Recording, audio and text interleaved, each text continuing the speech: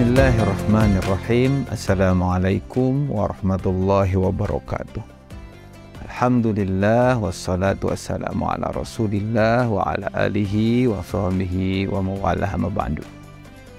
Alhamdulillah, segala puji hanyalah milik Allah. Kita berjumpa kembali pada kesempatan yang Allah berikan kepada kita.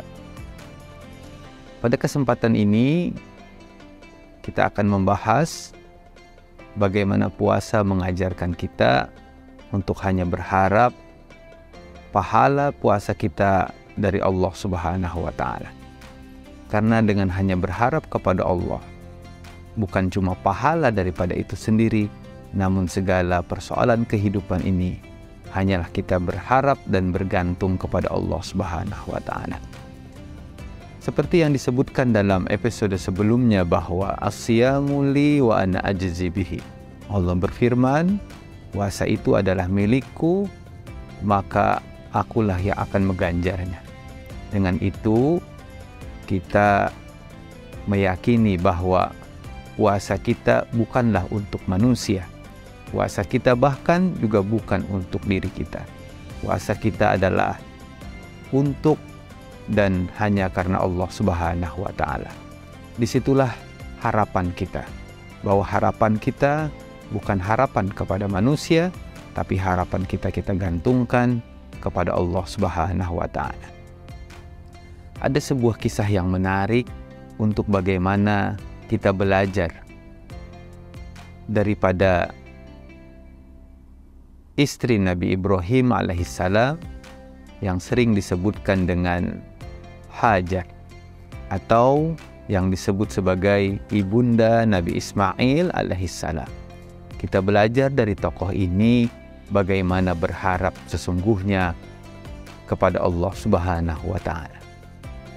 Disebutkan dalam Sahih Bukhari ketika Nabi Ibrahim alaihissalam mengajak istri dan anaknya menuju Masjidil Haram yang saat itu bahkan tidak ada penghuninya.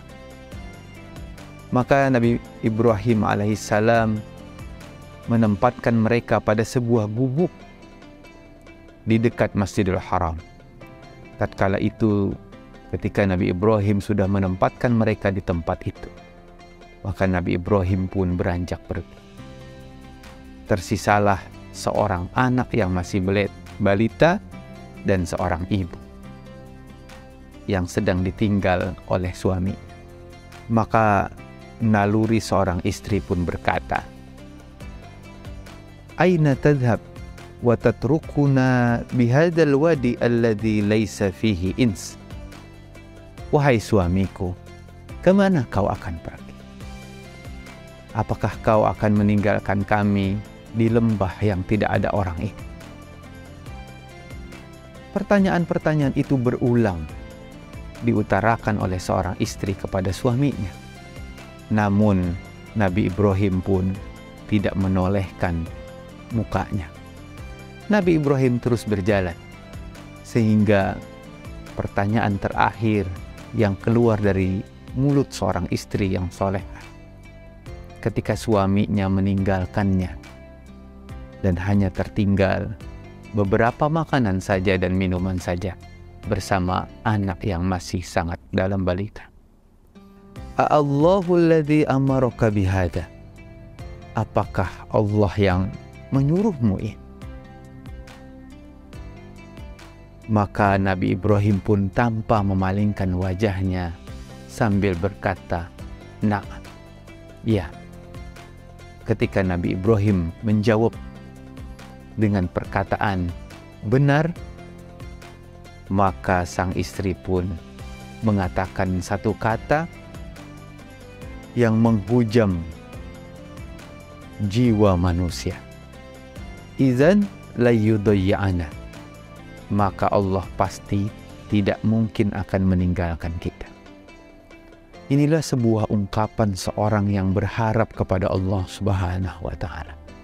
Seorang istri yang ditinggal suaminya karena perintah Allah Subhanahu wa Ta'ala, dan seorang istri pun yang ditinggalkan juga sedang melaksanakan perintah Allah Subhanahu wa Ta'ala. Maka ketika dia sedang melaksanakan perintah Allah Subhanahu wa Ta'ala, dia meyakini bahwa Allah tidak mungkin meninggalkan hamba. Inilah harapan manusia, harapan yang hanya dia patut sematkan kepada Allah Subhanahu wa Ta'ala. Maka orang yang sedang melaksanakan ibadah, sedang melaksanakan syariat agama ini, maka dia tidak patut untuk bersedih hati.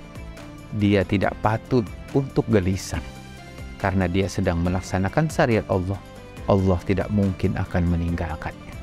Ini adalah sebuah keyakinan yang lahir daripada jiwa yang bersih, iman yang kuat.